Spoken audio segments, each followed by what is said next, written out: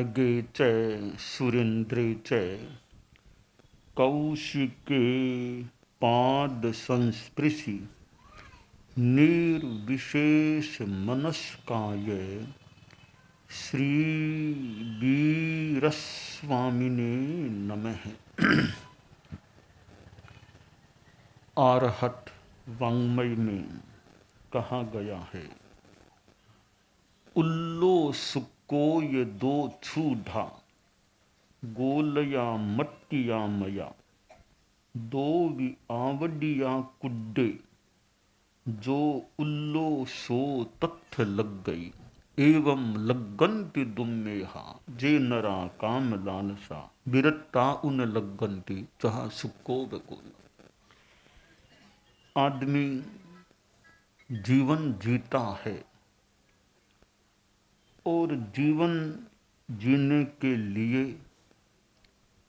पदार्थों का उपयोग भी करना होता है। अनेक व्यक्तियों के साथ भी सामाजिक जीवन में, पारिवारिक जीवन में जीवन जिया जाता है। जहाँ प्रवृत्ति है और प्रवृत्ति जीवन जीने के लिए करनी पड़ती है, क्योंकि जीवन जीने के लिए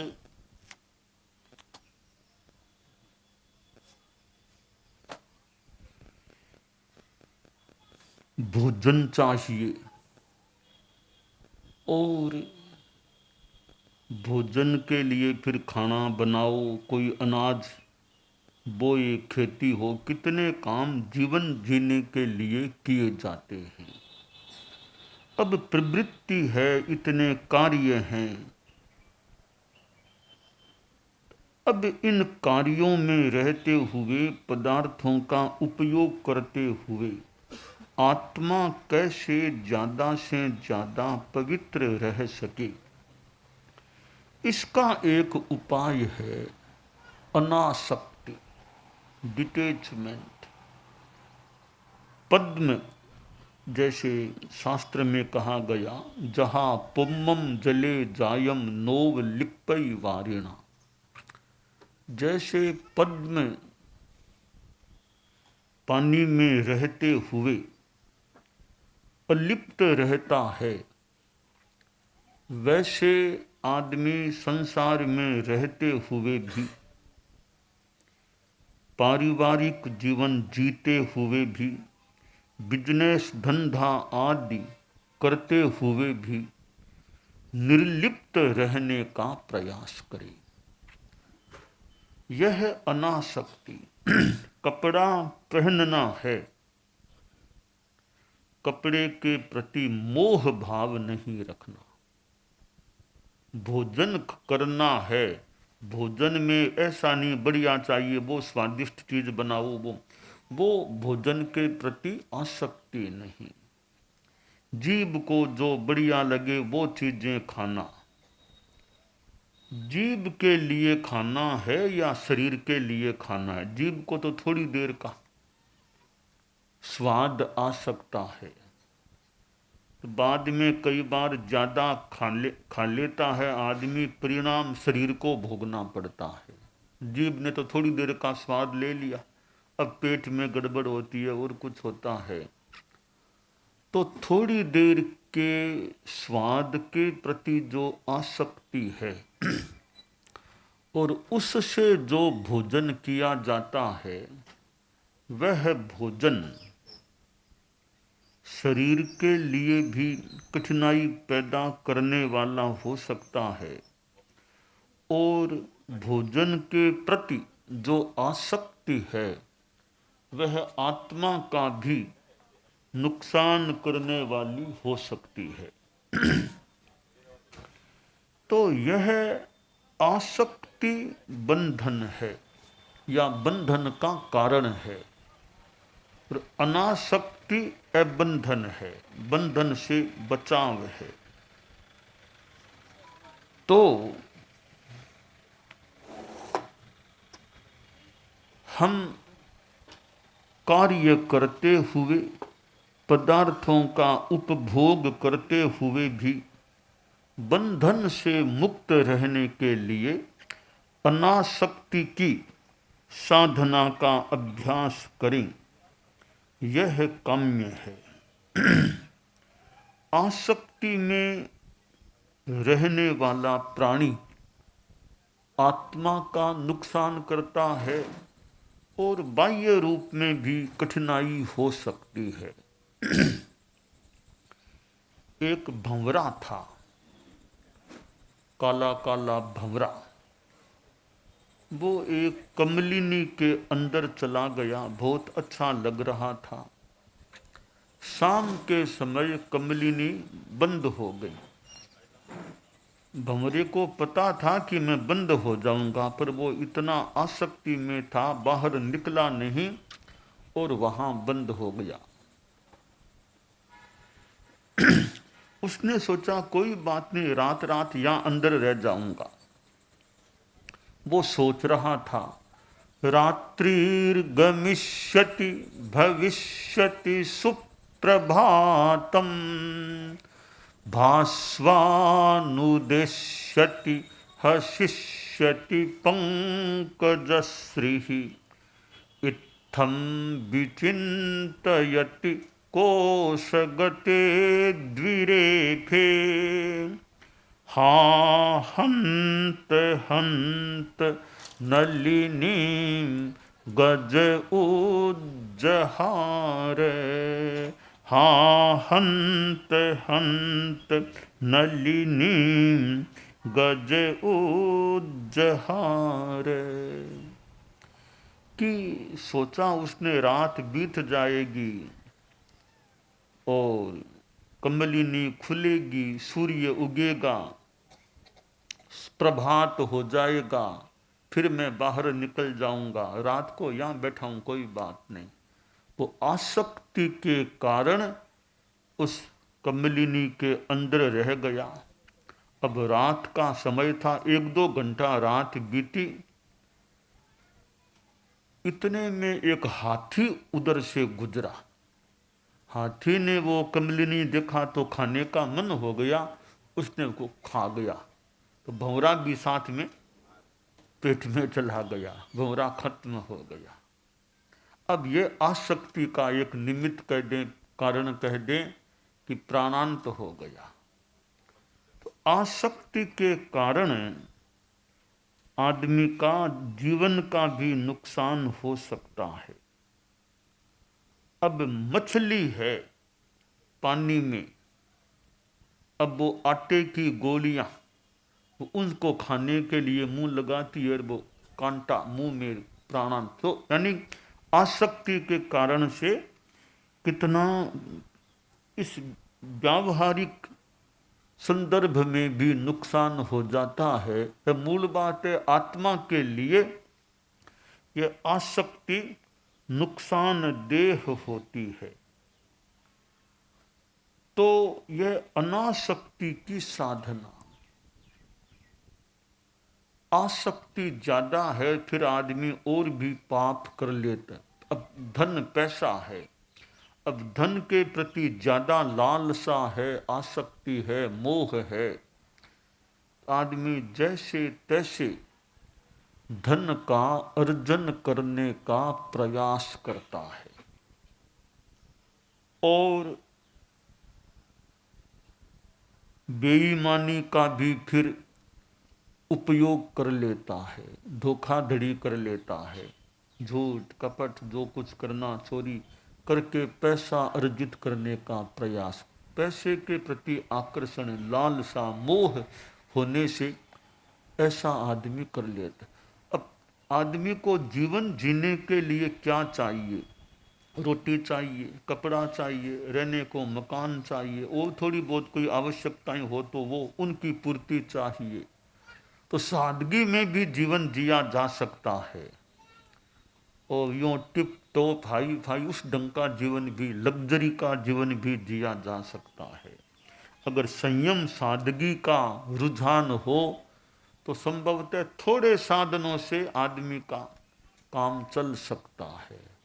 यूँ इच्छा लालसा जितनी बढ़ाओ बढ़ जाए, वो चाहिए वो चाहिए, वो बढ़िया चाहिए वो बढ़िया चाहिए, दिखने में मान लो बढ़िया है।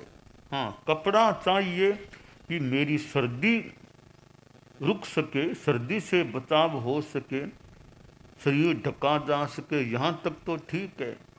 तो सामान्य कपड़े से भी शरीर ढका जा सकता है और सर्दी मान लो रुक सकती है, फिर और बढ़िया बढ़िया बढ़िया वो क्यों चाहिए। यह बढ़िया बढ़िया का आकर्षण है, यह मानो आसक्ति है। तो हम कितना जितना संभव हो सके सादगी का जीवन जिए, थोड़े पदार्थों से, थोड़े आपका थोड़े कुछ कम पैसों से भी जीवन का काम चल सकता है। अब यात्रा करनी है, टाइम का तो एक तत्व है, टाइम कितना ज़्यादा लगे, ताकि सामान्य साधन से भी यात्रा हो जाए और बढ़िया बढ़िया खर्चीली यात्राएं भी हो सकती है। एक प्रधानमंत्री था किसी देश का, बहुत सीधा साधा जीवन जीने वाला, बहुत सिंपल जीवन, यात्रा भी करता तो ट्रेन से बहुत साधारण तरीके की यात्रा करता, थोड़ा समय भले कभी लग जाता, करता कम खर्चे की ट्रेन से व्यवस्था से यात्रा करता। अब उसका बेटा था, वो बहुत यूँ हाई फाई बढ़िया बढ़िया प्लेन से यात्रा, वहाँ से यूँ खर्चीली यात्राएं करता। प्लेन चाहिए यात्रा के, ट्रेन नहीं, मैं तो प्लेन से यात्राएं करूँगा, बहुत खर्चा करता था। एक दिन कोई पत्रकार आ गया प्रधानमंत्री जी के पास, तो पत्रकार तो अपने ढंग से प्रश्न पूछते हैं, पत्रकार तो टेढ़े मेढ़े कई तरह के प्रश्न यूँ कर सकते हैं, उनको उत्तर देने वाला भी ढंग से उत्तर दे तो बात है, कैसे टू दी पॉइंट उत्तर दे। तो पत्रकार ने पूछा, सर मैं आपके एक पारिवारिक संदर्भ का प्रश्न पूछना चाहूंगा, आपको बुरा न लगे तो मैं पूछूं। तो प्रधानमंत्री ने कहा, आप पूछ तो लो, उत्तर जितना देना होगा या नहीं देना वो मैं देख लूंगा, आप पूछ लो क्या प्रश्न है।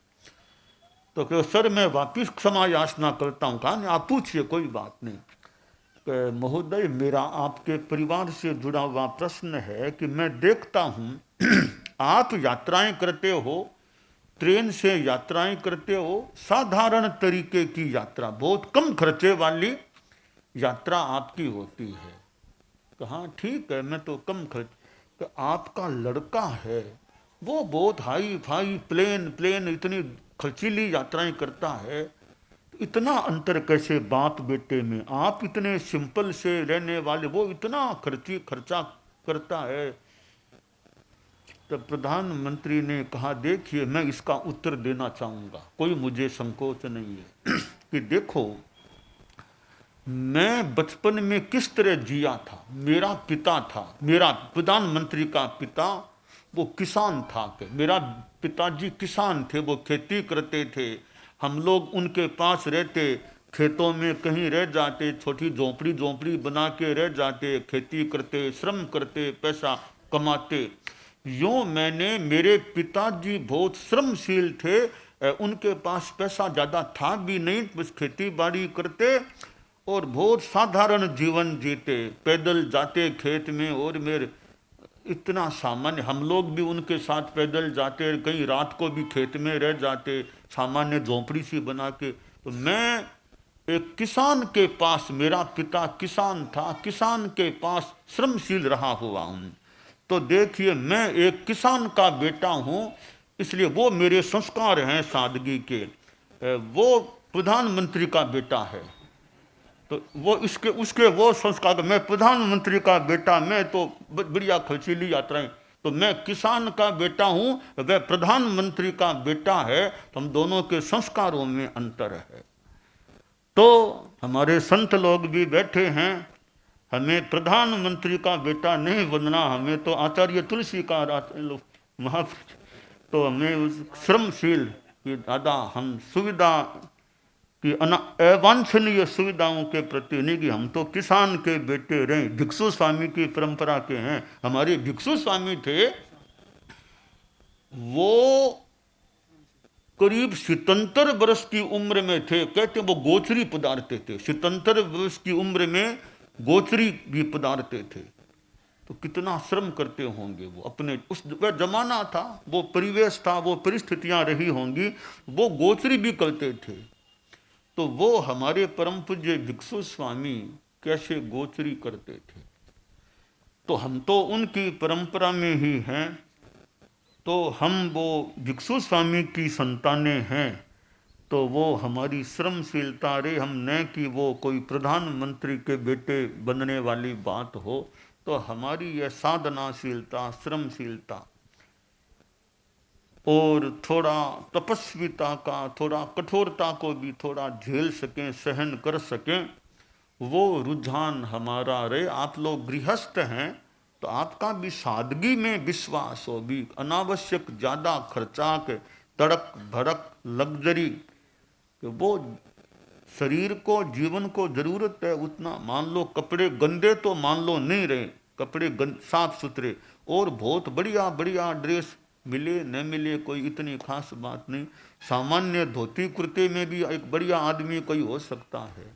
तो कपड़े बहुत बढ़िया पहन लेने से कोई आदमी का व्यक्तित्व, कोई आदमी बहुत बड़ा हो जाएगा, यह कहना मुश्किल है। साधारण कपड़ों में भी कोई महान व्यक्तित्व, हाँ, अच्छा, विराजमान हो सकता है। तो अब भिक्षु स्वामी के कपड़े तो कैसे रहे होंगे, यहाँ जी, हाँ हाँ हाँ।